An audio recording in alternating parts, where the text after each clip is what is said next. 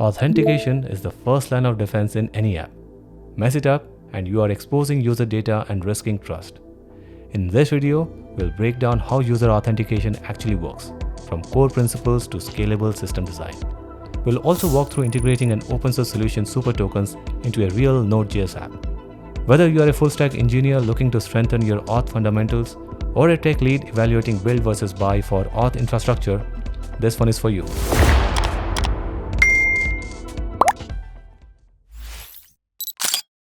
Before we get started, a quick shout out to SuperTokens for sponsoring this video. They are supporting the channel, but everything I share here is based on my own experience and opinion. This video will be valuable to anyone looking to jumpstart their journey in the authentication space. When a user enters a username and password, or uses Google login, etc., your system needs to check those credentials against a data store and establish trust. In a basic setup, if the credentials match, the server creates a session, essentially a record that user X is logged in, and typically issues a session token or identifier to the user's browser, often via a cookie. On subsequent request, the browser sends this token back, and the server knows the request is authenticated. Sounds simple, right? But the real challenge emerges when you consider system design and security. Do you go with stateful sessions stored on the server or use stateless tokens like JWTs? JWTs scale better, but they are harder to revoke and get bulky. And then there is session lifetime.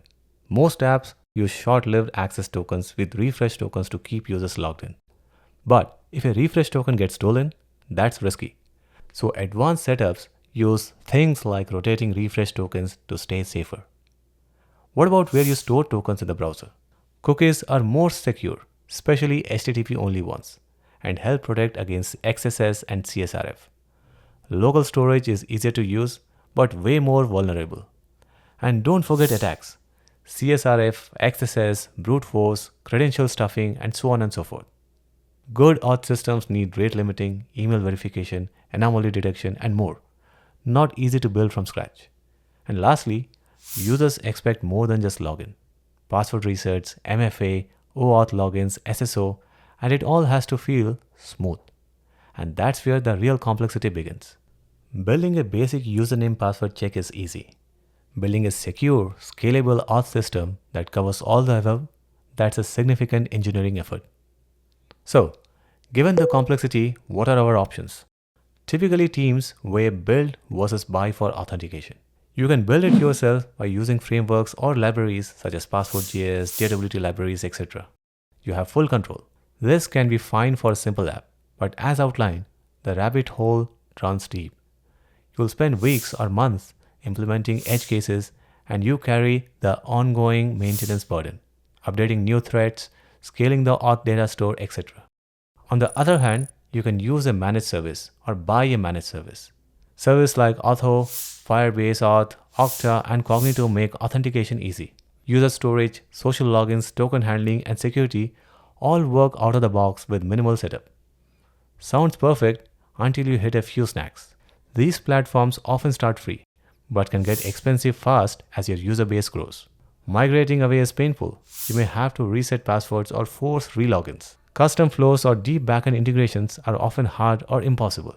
And with user data on third-party servers, self-hosting might be off the table for regulated industries. A middle ground is using an open source auth platform that you can run yourself. The classic example is Keycloak, a powerful self-hosted identity server known for deep customizability. Keycloak gives you many enterprise features: SSO, federation, user management, and you control it all. But it's quite heavy. It requires expertise to set up and maintain properly. It's a big Java server with its own learning curve, so smaller teams might find it an overkill or hard to manage. What if you want the flexibility of open source without building everything from scratch, and without the complexity of a bulky enterprise solution? Enter SuperTokens. SuperTokens is an open source auth library and service that provides the core features of login, sign up, and session management, but on your own terms. Frontend SDK is a library that you add to your client app, web or mobile. It provides pre-built UI widgets from login forms, etc., and manages tokens in the browser. Setting cookies, refreshing sessions is the part that interacts with the user. Backend SDK integrates with your server, Node.js, Python, etc. Your frontend talks to these APIs, for example calling auth sign-in when a user submits a login form. The backend SDK also verifies session tokens on protected routes, making it easy to secure your API endpoints. Now, think of SuperTokens cores as the brain of the operation. It's a lightweight service. You can run it as a Docker container or a process. The core can use various databases under the hood to store data, and you have control over that. You can run the core service yourself or point your SDK to a SuperTokens cloud instance. In a sense, SuperTokens splits the auth problem into these components so that integration is clean. Your app's code, frontend and backend, plugs into the SuperTokens SDKs, and those SDKs talk to the core service via REST APIs. Alright, let's start with a backend setup for our SuperTokens demo. To keep things simple, we are using an Express.js server with some essential middleware like CORS and body parser. And of course, we bring in SuperTokens using SuperTokens node along with two recipes, email password and session. Now, here is where we initialize SuperTokens. We are using the public demo core trysupertokens.com for this walkthrough. But in production, you'll likely self-host or use their managed version. We also define some app level settings like the app name, API, and website domains. And importantly, the base path for auth routes. With that out of the way, we initialize, express, and configure CORS to allow requests from our frontend, which we will run on port 3000. And make sure to allow SuperTokens required headers and enable credentials. We then plug in the SuperTokens middleware and add protected node dashboard to test session-based access. Any request here will go through verify session. So at this point, the backend is live. Now, to test it, I used curl command to simulate a login, and it worked. The response returned a user ID and confirmed that the user was successfully signed in. We'll hook this up to our frontend next. So let's quickly walk through the frontend setup for this demo app. At a high level, we are building a simple React app with authentication, using SuperTokens for login, signup, and session handling. We are using the SuperTokens Prebuilt UI to avoid building auth forms from scratch. It handles all the logic from input validation to session cookies. Starting with index.js, this is the entry point of our React app. Before we render anything, we call init SuperTokens to configure SuperTokens.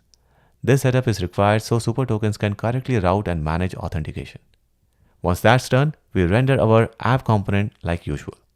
Next is SuperTokens config.js. And this is where we initialize SuperTokens with some essential app details. For example, app name, which is just a label. Then we got API domain, that's the backend where our auth API live. In our case, it's HTTP localhost 3001. Then we got our website domain, that's the frontend domain, which is localhost 3000. The API base path and the website base path. I have both set it to /auth to keep the routes consistent. We also enable two recipes, email password for basic login signup and session to manage authentication state using cookies. Now let's look at app.js. This is the main UI logic of the app. We use React Router to define routes. The first one is SuperTokens Prebuilt routes, which gives us pages like /auth signup and /auth signin out of the box. Below that, we define our protected dashboard route. Session auth ensures only logged in users can access this page. If someone tries to hit the dashboard without being logged in, they'll get redirected to the login screen. And one last thing about config.js. This file is usually identical to SuperToken config.js. You can use either one. It just organizes the SuperToken setup separately from your main app logic. So to summarize, we initialize SuperTokens in index.js, set up the app info and recipes in SuperTokens config.js, and use pre-built auth routes and protect the dashboard in app.js. With just a few lines of config and routing, we have a full authentication system complete with signup, login, session handling, and protected routes. Right now, I'm on the sign-in page that's auto-generated by SuperTokens. This page is mounted at /auth because we configured that in our app info setup. Everything on this page, the form, the validation, even the password visibility toggle, comes out of the box from SuperTokens. Now when I hit the sign in button, SuperTokens handles authentication and redirects me to the protected route, which in our case is a dashboard. And just like that, I'm logged in. So yeah, with minimal config and code, we got the full auth working, including sign up, login, session management, and sign out. You can easily extend this to include things like social logins, password reset, email verification, and more. Being software engineers, the best way to evaluate is to get your hands dirty.